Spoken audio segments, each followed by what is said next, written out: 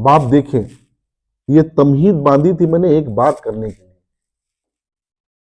दरूद पाक का हम लोग जो जिक्र करते हैं, जितने जितने लोग हैं, आप थोड़ा सा हम लोग एक दूसरे से गुफ्तगू भी करेंगे।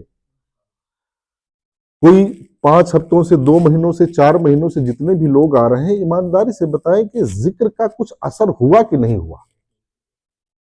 जरूरी नहीं कि दुनिया बदल जाए, जरूरी नहीं कि पूरा एहसास हो जाए। कहते ना कि सबसे पहला असर यह होता है कि उसमें मजा आने लगता है। सबसे पहला असर यही होता है, अच्छा लगने लगता है, बोरियत नहीं होती है। दूसरा यह है कि जब तक उसमें रहते हैं, वो कहते हैं ना कि एक वर्ड है हिंदी में कि उसको एकाग्रता कहते हैं, जिसको हम सेंटर पॉइंट कहते हैं, तमाम तवज्जो को किसी एक मरकज में लाने का। ठीक है, शून्य पॉइंट पर आ जाता है ना। तो ये आया कभी, ये जिक्र के बारे में अल्लाह के रसूल सल्लल्लाहु अलैहि वसल्लम ने और सूफिया ने फरमाया कि देखिए 2 चीजें, इंसान की जबान हो, उसका दिल हो, उसका जहन हो, कुछ भी जो जमीर है, उसका वजूद है, उसके वजूद में निगेटिव और पॉजिटिव दोनों एनर्जी जो ना एक साथ रहती है। आप ये समझें। अच्छा, उसकी अलग अलग ताबीर है। कोई कहे कि जिन्न भी रहता है, इंसान भी रहता है, शैतान भी रहता है, फरिश्ते भी रहते है ना। उसको एक, हम लोग चूंकि आप लोग माशाल्लाह पढ़े लिखे लोग हैं, हो सकता है कुछ लोग कहें कि हम जिन्नातों को नहीं मानते हैं, हम भूत शैतान को नहीं मानते, लेकिन एक चीज जो साइंस ने प्रूव की है कि पॉजिटिव और निगेटिव एनर्जी ये रहती है।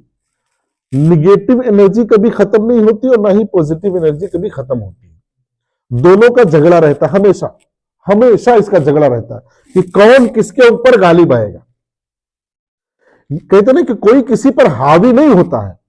क्या होता है, ये हमारे साइंस ने भी, और जो ये एस्ट्रोलॉजी, न्यूरोलॉजी, ये तमाम चीजें, ये सब भी इल्म में ही है कि जब आपकी पॉजिटिव एनर्जी अपने लोवेस्ट पॉइंट पर होती है, लोअर भी नहीं, लोवेस्ट वीकेस्ट पॉइंट पर होती है, तो निगेटिव एनर्जी उसे जकड़ लेती है। तो कहते हैं ना कि वो साया भी हो गया इसका, अब ये आबाव भी बकने लगा है, ये अपनी ताकत से ज्यादा ये ताकत का इस्तेमाल करने का। तो 12 साल का बच्चा है, 4 आदमी से संभाल नहीं पा रहे। 20 साल का आदमी है, इतना कमजोर आदमी है, इतनी कमजोर औरत है, लेकिन अब जब ये हालात आते हैं तो क्या देखते हैं कि अब वो 4 लोग उसे संभाल नहीं पा रहे। निगेटिव एनर्जी जब आपको जो कंट्रोल करती है, तो उसका इंपैक्ट यही होता है। ठीक है, ये बात समझ गए? समझ रहे? कहीं पे कुछ कंफ्यूजन हो तो बताइएगा। समझ रहे बात?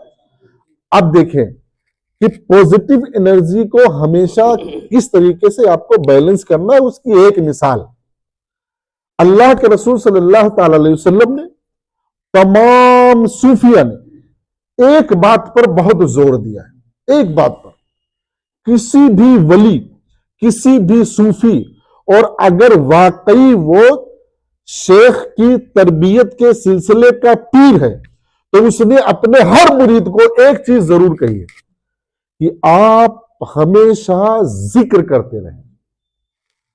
बगैर जिक्र के कोई इरादत नहीं, कोई मुरीद नहीं, कोई पीरी मुरीदी, न कोई किसी का शेख होगा, न कोई किसी का मुरीद होगा, यह जरूर है। और एक यह है दरूद शरीफ की कसरत। दरूद शरीफ की, क्यों?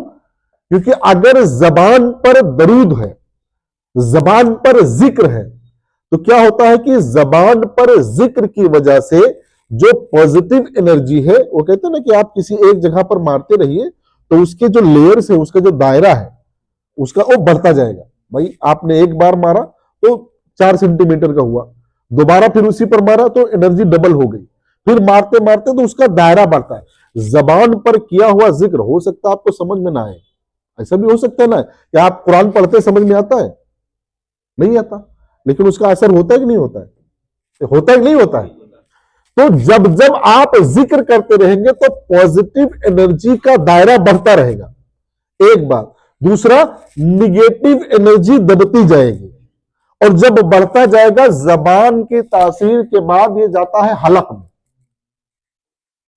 जबान से ये हलक पर पहुंचता है, और हलक से दिल पर पहुंचता है। तो जब ये जबान से जिक्र की कसरत होती जाए, कंटिन्यूटी हो जाए, मुसलसल आप करते रहे, और जिस दिन उसने दिल पर दस्तक दे दी, आप जब जिक्र करते हैं तो क्या हूं, जोर किस पे मारते हैं? दिल। यहां पर जितनी ज्यादा आप चोट मारते हैं वो फैलता है, निगेटिव एनर्जी फिल्टर होती है, पॉजिटिव एनर्जी को जगह मिलती किससे? जिक्र से, लफ्ज से।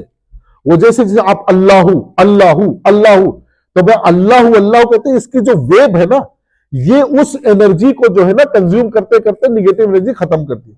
तो जिस दिन उस जिक्र का असर आपके दिल पर हो गया और फिर दिल से पूरे जिस्म को उसने कंट्रोल करना शुरू किया, तब उसी के बारे में अल्लाह तबारक व तआला ने कुरान में और रसूलुल्लाह सल्लल्लाहु अलैहि वसल्लम ने हदीस शरीफ में इरशाद फरमाया, क्या? इन्नहु यंजुरु बिनूरिल्लाह। क्योंकि अब दिल पर जिक्र ने कंट्रोल कर लिया है, अब उसका पूरा वजूद उस पॉजिटिव एनर्जी खुदा के जिक्र के कंट्रोल में है। तो अब बोलता तो वो है, जबान उसकी होती है, लेकिन उस जबान पे तासीर खुदा की होती है, आंखें उसकी होती है और देख खुदा रहा होता है। तो ये है उसका असर। एक दूसरा असर दरूद पाक की जो फजीलत है, और क्यों हमें कसरत से इसका विर्द करना चाहिए, उठते बैठते क्यों। दरूद शरीफ में 3 बातें हैं, अल्लाहुम्मा सल्ली अला सय्यिदना व मौलाना मुहम्मद व अला आलि सय्यिदना व मौलाना मुहम्मद व बारिक वसल्लम। 2 बातें इसमें हैं। एक है आप जो है हुजूर सल्लल्लाहु ताला अलैहि वसल्लम की बारगाह में सलात पेश करते हो, दुआ, और है एक है सलामती, ठीक है, और एक है रहमतुल्लाहि व बरकातुहू, रहमत। 3 चीजें हैं, और ये 3 चीजों का सिलसिला आप समझो। पहले रब भेजता है, पहले रब भेजता है, फिर कहता है बंदो तुम भी भेजो। तो क्या फायदा होगा? रब भेज रहा है, तुम भी भेज रहे हो, तो कुरान ने उसका एक दस्तूर दिया है, अपने हबीब सल्लल्लाहु अलैहि वसल्लम के जरिए से एक दस्तूर दीन ने दिया, कुरान ने दिया, इस्लाम ने दिया, साहिब इस्लाम और साहिब कुरान ने दिया। क्या? कि जब कोई आपके पास कुछ लेकर के आए, आपके पास जब कोई कुछ लेकर के आए, तो उससे ज्यादा पलट कर उसे दो।